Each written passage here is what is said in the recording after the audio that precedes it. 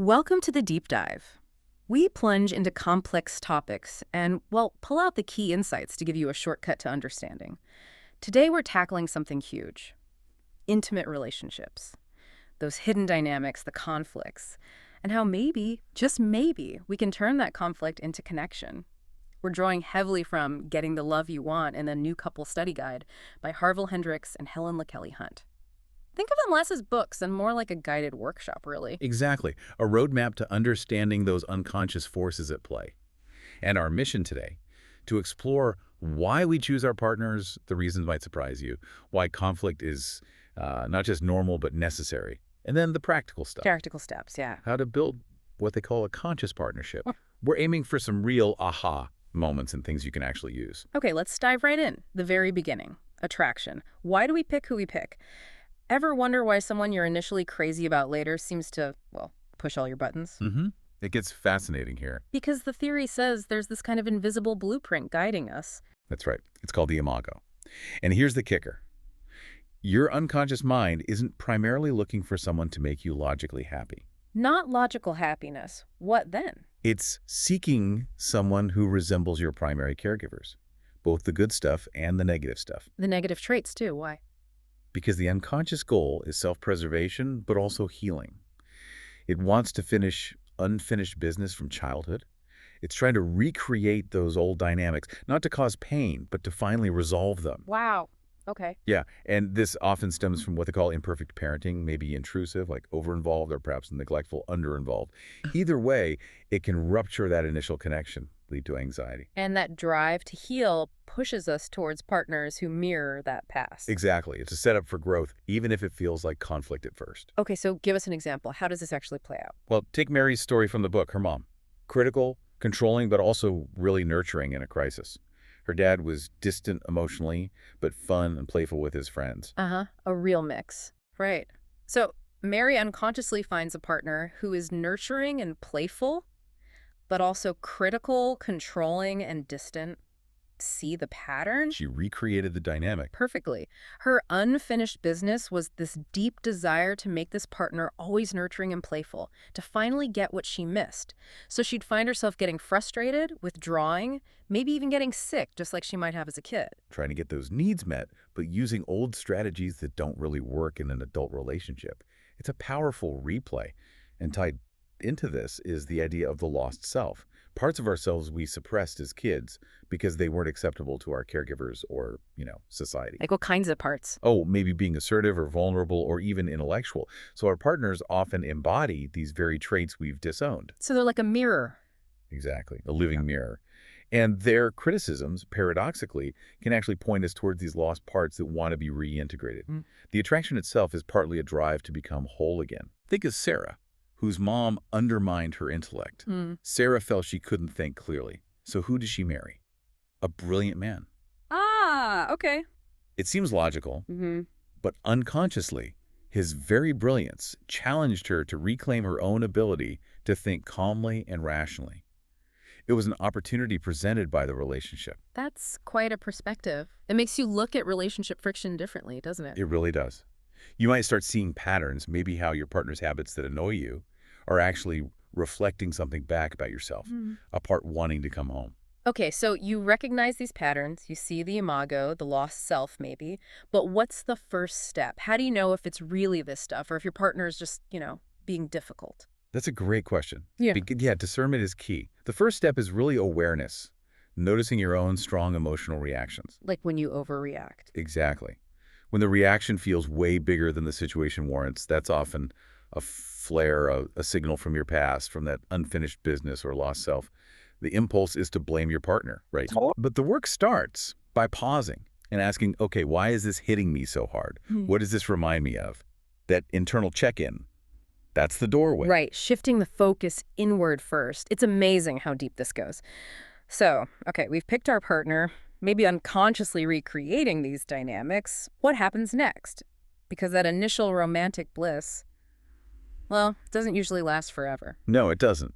And that shift That's what the authors call the power struggle. And the crucial thing to grasp is that conflict is natural. It's even intended in a way. Intended? How Because everyone is different. Nature intends incompatibility to some degree. Conflict doesn't assign you picked the wrong person. Yeah. It's a sign your psyche is trying to survive, to get needs met, to heal. But our culture tells us incompatibility means get out. Right. We often see it as grounds for divorce, but the authors argue that just repeats the cycle. The problems, those core wounds, they just follow you. So romantic love is the bait. Kind of. It's the glue, they say.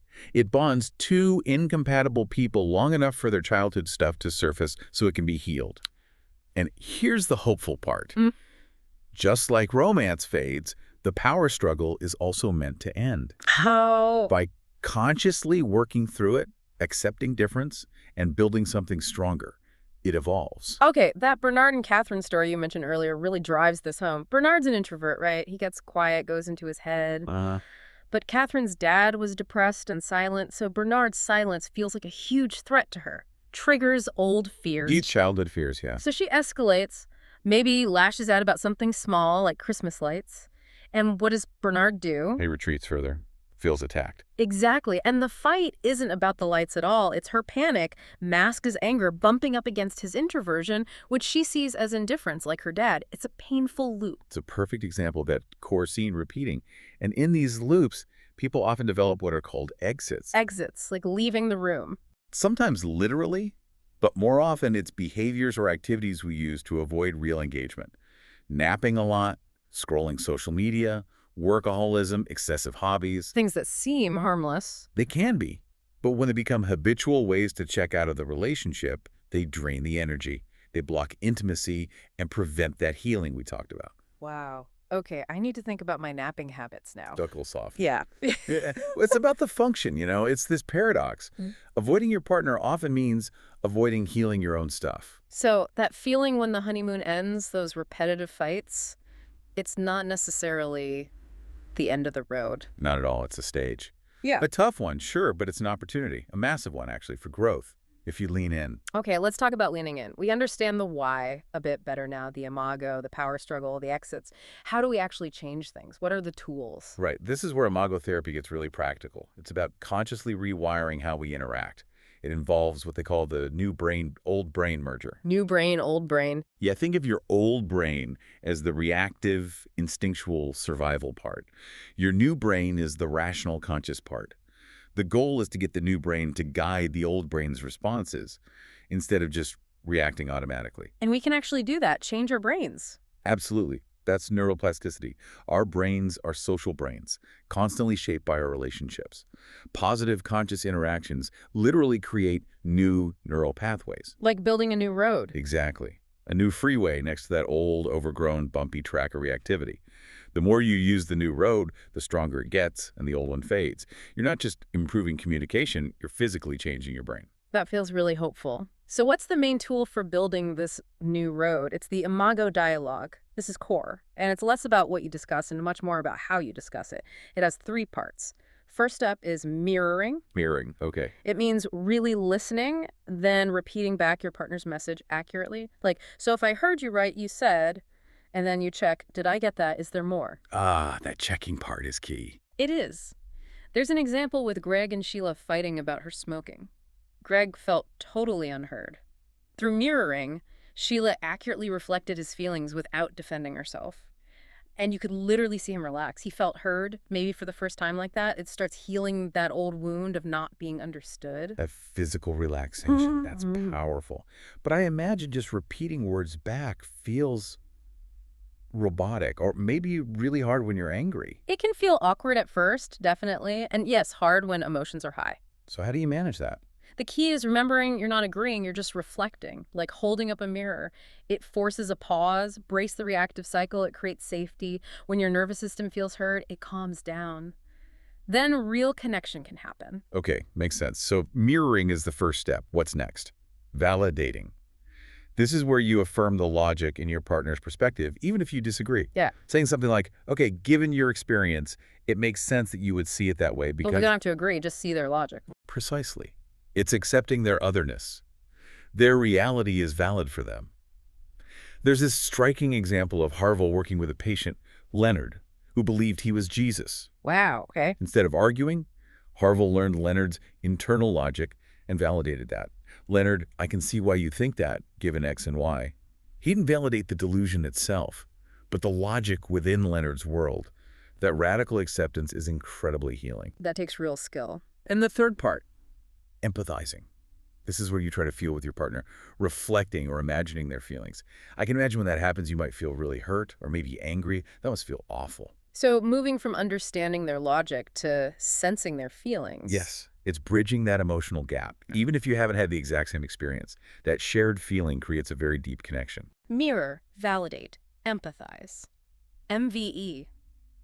Okay, that's a powerful framework for dialogue. What about actual behaviors, things you do? Yeah, the books get into that too, like caring behaviors. This is fun, actually.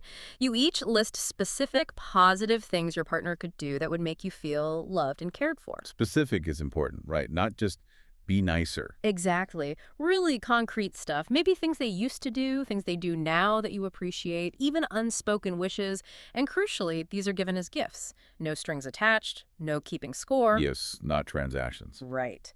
Harville shares asking Helen to turn down the bed covers. Seems small, but for him, it connected back to his sister Mays Lee, caring for him after his mother died young. That simple act made him feel deeply loved and secure, like reparenting almost. Wow. Small acts, big impact. And related to that are the surprise list and the fun list.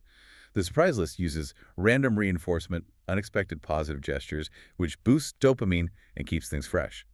Stops routine from feeling stale. Keeps the spark alive. Exactly. And the fun list is about high-energy, playful activities. Dancing, wrestling, games, things that generate joy and associate your partner with pleasure and safety. They even say you can't feel humor and anxiety simultaneously at the neural level. So deliberately injecting fun and surprise. I like it. Then there are behavior change requests. This is for those recurring frustrations. Instead of complaining, you frame it as a positive, specific request using the SMART goals idea.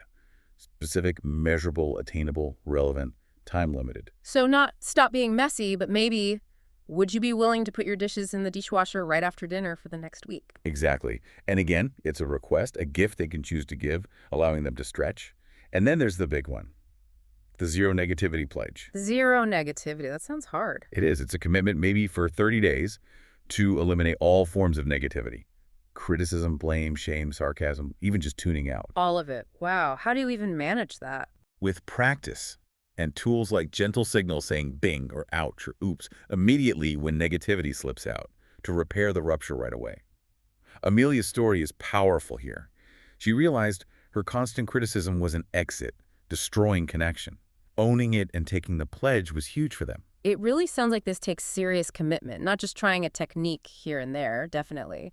That's why they emphasize a commitment agreement, agreeing to stick with the process, maybe for the 12 weeks of the study guide, even when it gets uncomfortable. Change triggers fear, right? Absolutely. Fear of the unknown, fear of vulnerability. Even exercises like the holding exercise, where you physically hold each other while sharing deep childhood pain, that requires immense trust. But it offers profound healing, like consciously reparenting each other in a safe space. It's deep work. It really is. Just imagine, though, intentionally replacing those old automatic reactions with these conscious connecting behaviors, literally rewiring your brain together for safety and love. It's not just fixing problems, it's building something new. So we've gone from the unconscious pull of the imago through the choppy waters of the power struggle and landed on these practical tools, the dialogue, caring behaviors, the commitment, all pointing towards this conscious partnership. They call it a spiritual path, leading back home to joy, to connection. And it makes you ask, what is love, really? Yeah. These authors suggest it's far more than just a feeling. It's a decision, an attitude, a skill set you learn and practice. So the goal isn't a conflict-free fairy tale. Not at all. It's about seeing your partner clearly, not as a perfect savior, not as a villain causing your pain, but as a passionate friend, maybe. Another wounded person, just like you, seeking healing and connection. Mutual healing. Yes, Yeah. and it happens in that space of vulnerability, acceptance, and sustained conscious effort. That's a really powerful place to end. It reframes everything. So for everyone listening, maybe think about this. What's one exit you could consciously close this week? Or one caring behavior you could offer? Just one small step. Because transforming your relationship and yourself, it's a journey, not a destination, but the reward. Coming home to yourself and to a deeper, more real connection. It sounds worth the effort, doesn't it?